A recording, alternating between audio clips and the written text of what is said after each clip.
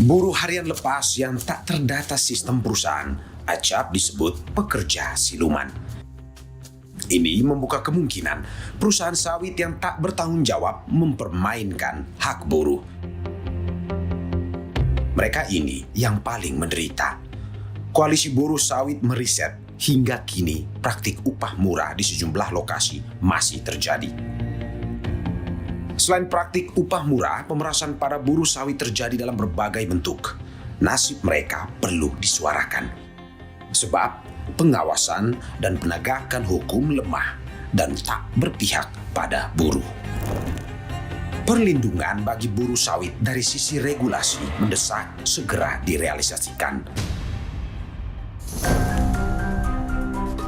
Regulasi yang berpihak pada hak-hak buruh menjadi inti untuk mengurai benang kusut persoalan yang selama ini membelenggu kondisi buruh sawit. Hasil jajak pendapat Litbang Kompas, negara belum optimal memperhatikan nasib dan melindungi buruh sawit. Dibuat perda atau kebijakan yang memang berpihak kepada buruh sawit itu loh. Asal didorong perda, peraturan khusus. Spesifiknya perdanya khusus, bukan perda, Pak? Peraturan khusus terkait terhadap buruh di kebun sawit gitu loh. Ya. Soal jaminan kesehatan, jaminan asuransi, kan itu penting kan. Ini yang harus diberikan oleh dilakukan oleh pemerintah. Ya. So adanya proses pengawasan dan monitoring monitoring dan evaluasi yang dilakukan pemerintah terhadap kinerja kerja perusahaan sawit di Indonesia.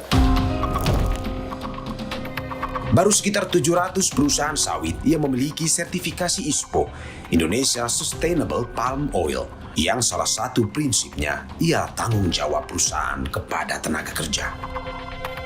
Paling tidak itu mengurangi potensi yang merugikan sawit dari aspek ketenagakerjaan. Sehingga sawit Indonesia khususnya perusahaan semuanya sudah bersertifikat, melakukan praktek ketenagakerjaan yang bertanggung jawab, sehingga wajah sawit kita itu benar-benar berkelanjutan dan dibanggakan para buruhnya begitu. Hingga kini belum ada aturan yang spesifik mengatur regulasi untuk pekerja atau buruh sawit.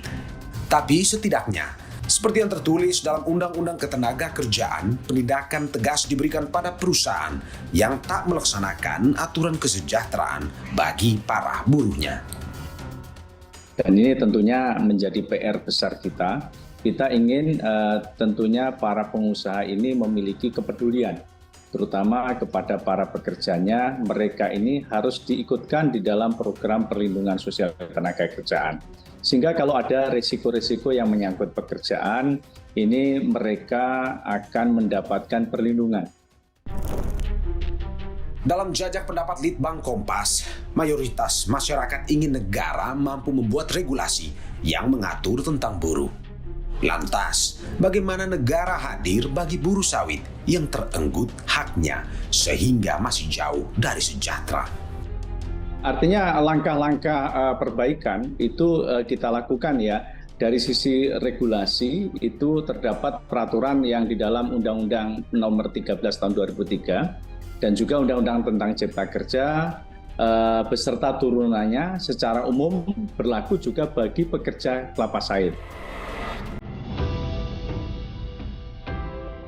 Takkan ada triliunan devisa tanpa keringat buruh. Mereka yang menjadi tulang punggung keberlangsungan bisnis sawit berhak merasakan sejahtera. Nasib buruh sawit jadi pekerjaan rumah negara. Negara sepatutnya hadir membawa angin segar bagi buruh yang tak berdaya, terbelenggu jerat aturan korporasi.